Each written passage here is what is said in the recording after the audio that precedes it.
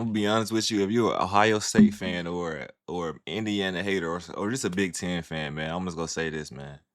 Indiana's here to stay. Obviously, Indiana's coming off a national title season, so there's gonna be a few questions after that season, after losing a few guys to the draft and a few guys obviously just graduating and no longer eligible. But I don't really think that should be a concern because look at Indiana's coaching staff. I think when it comes to schematics, Indiana may have the best overall coaching staff. And what I mean by that, they're very good at utilizing every single player. They're good at pretty much squeezing every single piece of value that a player needs for the team to win. But if you want to go by teams who pretty much recruit their butts off, can bring in some great talent, develop them as well, get a whole bunch of 5 stars, you obviously would go with the Georgia, Ohio State, and maybe Oregon.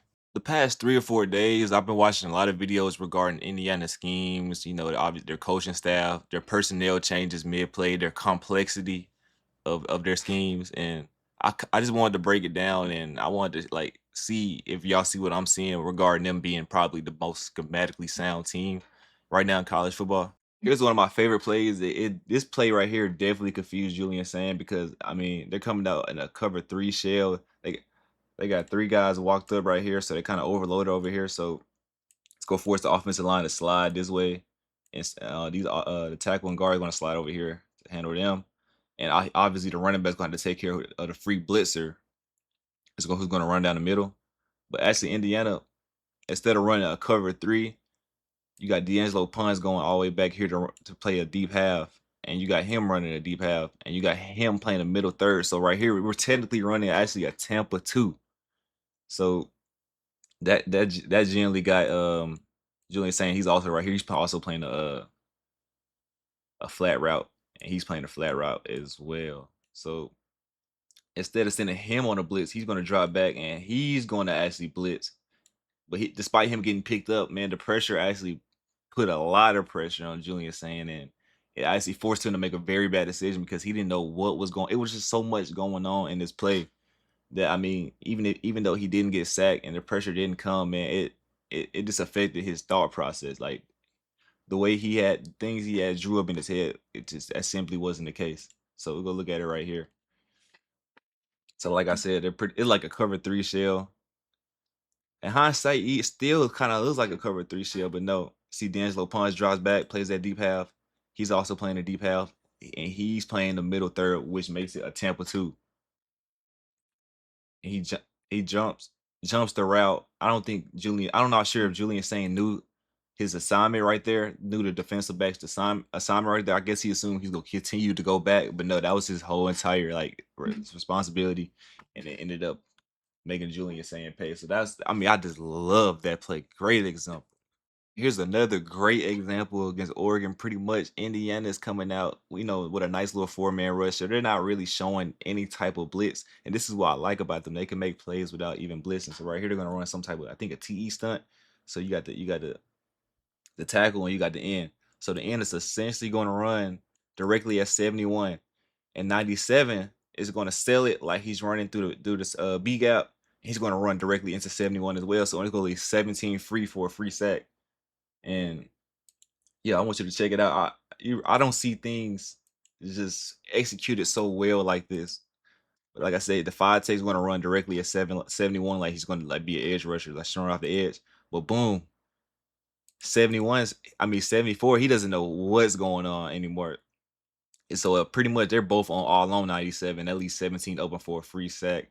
And Dante Moore, they put Dante Moore in hell that game, man. But I just love this rep so much from Indiana. This time right here, we got Kamara and we got Aiden Fisher pretty much attacking number 71. So Kamara's gonna come like he's rushing the edge, and Aiden Fisher is gonna run directly into him and just murder him.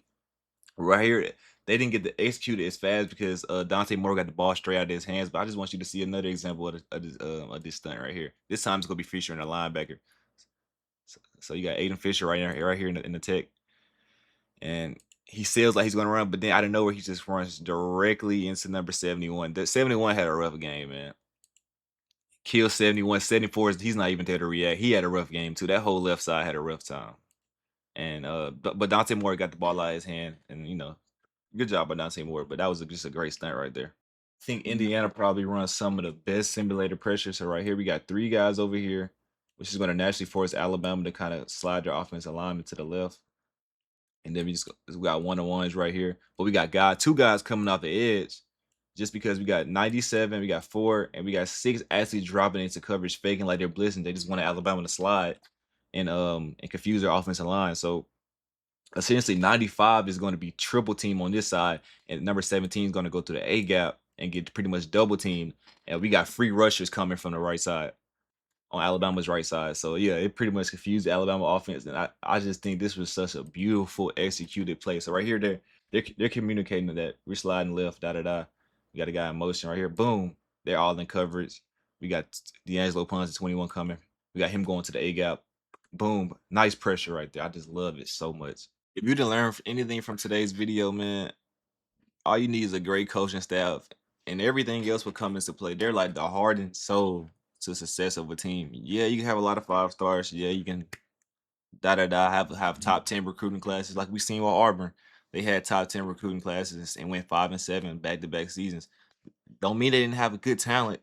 I just don't think Auburn was led very well. They might have had a good defensive coordinator in DJ Durkin, but I don't think Hugh Freeze was a fit to lead that team into like winning because they had like this mindset of we're close, you know. So and I don't think Curt Cignetti has nowhere near that mindset. He wants to win. But anyways, I appreciate you guys for tuning in. It means so much to everyone who's viewed my videos. The Brandon Sorsby video has now been my most viewed video, so I can kind of see a little bit of traction going on. And yeah, I want to keep doing these style videos. I've been kind of taking a little break because I've been studying a lot of different nuances to football. I just want to know exactly what I'm talking about. And I want to know a lot, you know, about football. So but the content go keep coming. I want y'all guys to tune in. And yeah, I hope you guys enjoyed today's video. And yeah, peace.